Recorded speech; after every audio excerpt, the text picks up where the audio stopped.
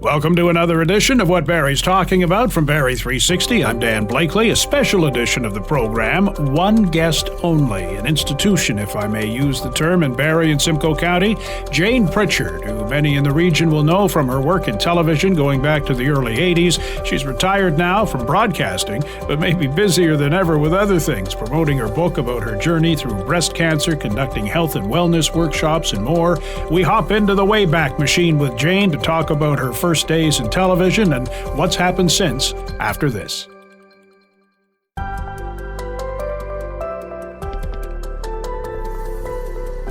This is What Barrie's Talking About from Barrie 360. I'm Dan Blakeley, and look who's sitting on the other side of the table from me, Jayne Pritchard. And if you don't know, broadcaster, podcaster, author, public speaker, nutritional counselor, Reiki master. When do you relax? Oh, Reiki is a wonderful tool that anyone can use. And I used it in hospital when I was recovering from surgery because you can relieve pain and it's instant and it's a wonderful tool to have. And I'm so glad that I took these courses over the past few years so that I can do it for myself and others. That's the other thing I forgot to mention, also a breast cancer survivor. Yes. You and I go way back, sort of. We both started working in Barrie in different places in the early 80s. You had, I think it was called the New VR then? Back then it was CKVR. Was it still CKVR then? Yes, okay. Yes. And I was at some little AM radio station called CKBB. Yeah. It was interesting how you wound up at CKVR. Well, I'd had no training or experience. I had not gone to school for broadcasting. My husband and I bought a little hobby farm in Innisfil back in the spring of '82. And I thought, well, I don't want to drive to Toronto every day for work. I don't want to be a commuter. So before we actually moved up to the farm, I came to Barrie and spent the day knocking on doors. And I just thought I was willing to do anything and everything. And I just wanted to be in Barrie. If I was going to live in Innisfil, I wanted to work close by. Well, I came into the station and I spoke to, I think, the general manager at the time, Doug Garraway, who's since passed. And we had a nice discussion. And I thought, well, this probably isn't going to go anywhere. And it didn't for a few months. I ended up getting a job in Toronto because I needed to work. So I was only there a few weeks when I got a call from the station to say. Funny how that happens. I know. They said, would you like to come in to talk to us about hosting this daily half-hour talk show called Good Company? And I thought, why are they calling me about hosting a daily half-hour show on television? I had no background. I had no experience. And I thought, well, why not come in for the interview just to say I did? So I came in and I did the interview, and it was with Bob McIntyre, God bless him. He's since passed, of course. Mm-hmm. And so we did the interview, and then I was asked to come back and do an on-camera audition. And I went, whoa, this is interesting, but don't get excited, I said to myself, because I'm not going to get the job, so don't bother even being nervous. So I wasn't. So they made special arrangements for me to come in on a Saturday to do the on-camera audition. I'd been not quite baling hay, but I'd been out in the hayfield at my neighbor's farm helping her bring in hay because I needed it for my horses. And I wasn't even worried that morning about the interview, didn't even think about it. And I thought, oh, gee, I'd better, shower and get ready for this on-camera audition. So went home, got ready, drove into the station, and it was Bob McIntyre who I chose to interview. He said, you can bring anyone in you like, or you can interview me. I thought, well, I felt comfortable with Bob. So I thought, yeah, I'd like to interview you, please. So we came in, we sat down on the Good Company set, and we just talked for about 10 minutes. And I enjoyed it. It was fun. He took me on a tour of the station after, and then I went home, and I thought, well, that's it. I can tell all my friends I've done an on-camera audition. Isn't that fun? Well, don't I get a call a week or two later offering me the job? Well, you could have knocked me over with a feather. I couldn't believe they had offered me the job of hosting a daily half-hour talk show on TV. So that had to be probably the best job I ever had. I interviewed 3,400 people in the time I did Good Company. And these were people I chose to interview. It was so much fun. I learned so much. I made some good friends. I interviewed people like Roberta Bondar, the first Canadian woman in space. You were at CKVR, the new VR, A Channel, CTV2 for almost 40 years? Yes. And morphed into one position after another. You must have been damn good at what you did. Or lucky, I don't know. I survived many layoffs, and I always approached it in such a way that I thought, well, if it's my time to go, so be it. I'll find something else.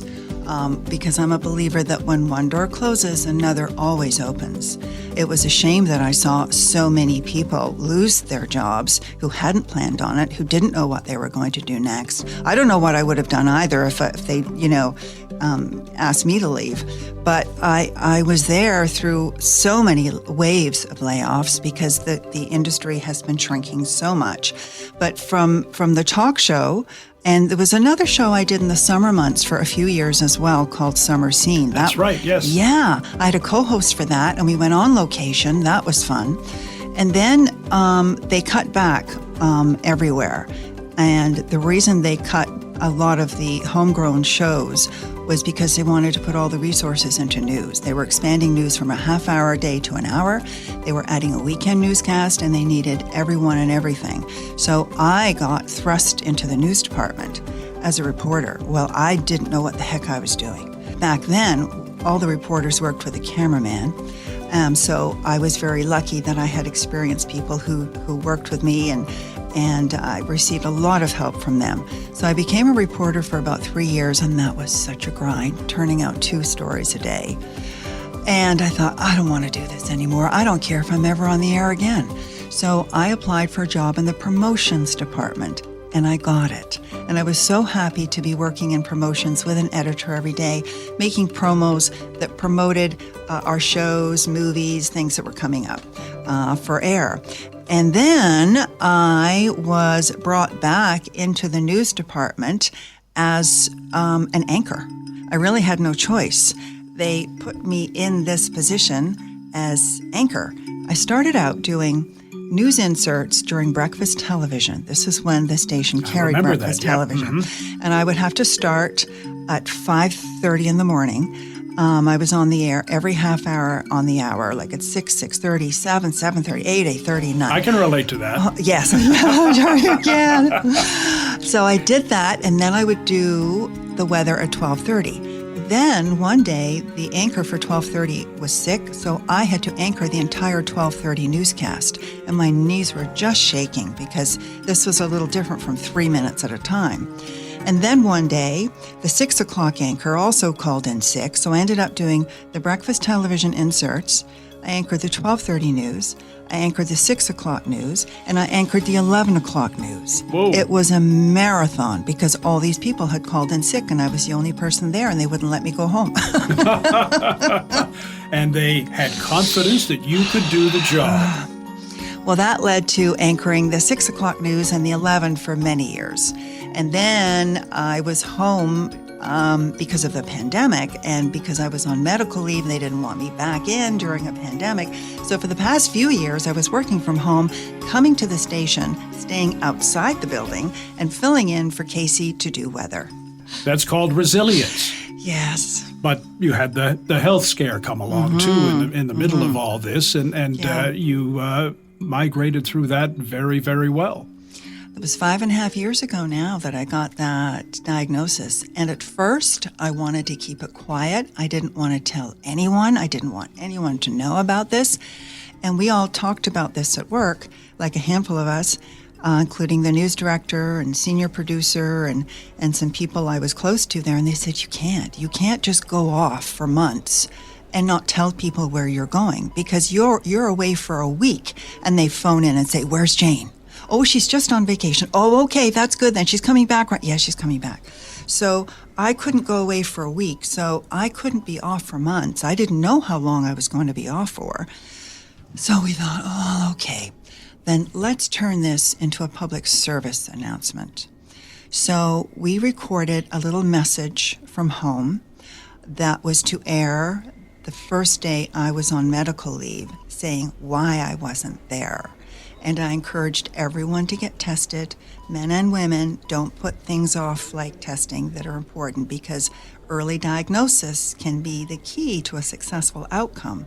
So when I did that, oh my stars, my phone blew up. The emails came in by the thousands.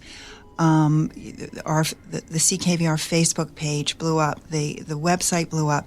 There was such an overwhelming response. And the messages were, probably going to get emotional, the messages were of encouragement. They were, you've got this, or I've had breast cancer, I got through it, you can too, wonderful messages like that. And I thought when I made this message, I'll get a few cards from well-wishers, Mm-hmm. I got boxes and boxes and boxes of cards. And 104,000 messages came in like 4 hours after this message aired. And I was totally overcome by the response. But that gave me so much strength and encouragement. And I think we all have people in our lives who are our cheerleaders. And I just happen to have like hundreds of thousands of them. So it's very fortunate. Well, that's a testament to the impact you had on people's lives on a daily basis through the work you were doing at the station. Let me ask you this. So all these words of encouragement, letters of encouragement, how many letters did you get from people who said, I couldn't have got through this without you telling your story? I did have some of those, and I met a woman in the summertime. I was at the Innisfil Library doing an author's talk, and a woman came and brought her book, my book that she had bought, I guess from a bookstore or Amazon. She brought the book with her and told me that I had helped her get through her breast cancer, and would I please sign her book for her. So yes, I did have some of that. I had a man who wrote to me and said, when your message aired about why you were leaving to deal with breast cancer and to get tested, men and women, don't put things off, important things like that. He said, I felt like you were talking to me because I had lost my family doctor some years ago. He'd retired. I never bothered looking for a new doctor. I felt you were telling me to go out and get a doctor and take care of myself. He said, so I did. He said, at that appointment with my new family doctor, he tested me and said, you're on the verge of having a stroke. He immediately put me on blood pressure lowering medication. He said, I felt like this message saved my life. And this was a man. So is it stories like that prompted you to write your book? A good friend encouraged me to write the book because of the alternative therapies that I sought out. I blended traditional Western medicine with alternative therapies, and it was felt that this information was very valuable to people who didn't know about certain things like vitamin C treatments given intravenously, about homeopathy, about acupuncture, about immune-boosting supplements. So all of that is in the book. I talk about my story from the time I got the diagnosis. I talk about how I almost put off my mammogram for another year, but went for it anyway because I thought, what am I going to tell my family doctor if he says to me, why didn't you go for your yearly mammogram? So I went, and the one mammogram led to a second mammogram that led to a biopsy, that led to another biopsy, and the diagnosis, which was an aggressive form of breast cancer in the early stages. Can you imagine if I'd waited another year? So that's also in the book about how important it is to take care of yourself and never put off anything like diagnostic testing. And this, in turn, has led to other adventures for you, nutritional counseling, registered. That makes it really important, doesn't it? Well, what it means is that I'm registered with the Canadian Examining Board of Healthcare Practitioners. So I'm not just someone who's picked up a book about nutrition. Somebody on the internet says, hey, I know what I'm talking about. Yeah. So I was actually, I've been a nutritional counselor for some time. And it was during the time I was going through my 7 surgeries and I had all this time to recover that I took the Reiki courses as well. So I talk about the benefits of of that. And I talk about healing with horses. I talk about the sweat lodge I went to. All of these wonderful things that are available for anyone and everyone to try. I don't say, don't do this, do that. I'm just saying, did you know that vitamin C does wonders for the body? And this is what homeopathy does, and so on and so forth. You put the TV career aside and found a whole lot of other things to keep you occupied. Oh, yes. I didn't just retire to sit around eating bonbons and watching soap operas. Tell me about being a Reiki master. What's that all about? Well, a Reiki master is someone who's taken all of the courses and has the ability to help people heal. And Reiki can help someone physically, emotionally, mentally, and spiritually, whether you believe it or not. But if you set your intention to have it work for you, it will work even better. How it works is someone will lie on something like a massage bed, fully clothed, dim lighting, lovely music playing, and the Reiki practitioner will put their hands on or just above a person, a minimum of 12 different hand positions, and these positions are held for 5 minutes each or more. I can tell through my hands if someone needs more, and I will stay there longer. My hands feel like they're bubbling. They do that when I have my hands over my husband's knees. I can feel the bubbling and tingling inside my hands, and I know he needs more there. And I can even send it to someone. During the pandemic, when we weren't getting together very often, I would send it to a friend. I'd say, okay, at 8 o'clock tonight, I want you to sit in your favorite comfortable chair. I want you to put on some soft music. I want you to have a glass of water beside you for the end. And at 8 o'clock, I want you to take 3 deep breaths. And I want you to set your intention and then just relax for the next hour. And I would send it to her. And the text messages I got were astounding about what they felt, how they felt after, how she felt she could conquer the world. She wasn't as anxious. She wasn't as stressed. All kinds of wonderful things can happen with Reiki. And you're a master. Or a mistress. Yeah, I don't know. You're just That's good a master. at it. Just good at it. And in spite of all this busyness of yours, you took up kayaking over the summer. I did. I had never been in a kayak in my life. My husband and I thought this was the thing to do now that we're living, across the road from Georgian Bay. We had a boat, but this was different. It's a different type of boating. I can do it by myself. It's peaceful. I can just walk across the road, put the kayak in the water. So we went to a great place to get some help as to what type of kayaks to get. We didn't know how long, what size, how wide. We didn't know anything about them. So we went to some experts, got a couple. And a couple of days later, we went out for the very first time, my husband and I, and just loved it. And after that, you couldn't keep me out of the water. Any opportunity, if it wasn't too windy, I would take it out, wheel it across the road, and off I'd go for an hour or two. So what do you do for the winter then? Well, we have passes to Owenda Provincial Park because we live 4 minutes away from Owenda. There are gorgeous trails through there. So, and I've got some snowshoes, and we both have snowshoes now, and so we're going to snowshoe through Owenda. Best piece of advice for anybody going through adversity, because you've been there a few times. What's your best piece of advice for people? Take care of yourself. Learn to say no. Accept help from people because you will need it. And stay positive. Your book is Breast Cancer After the Diagnosis, One Woman's Story of Overcoming Setbacks. Where can people get a hold of that? You can get it on Amazon. It's also available in an audio version. I voiced it myself. It's available at Nutrition Plus on Maple Avenue in downtown Barrie.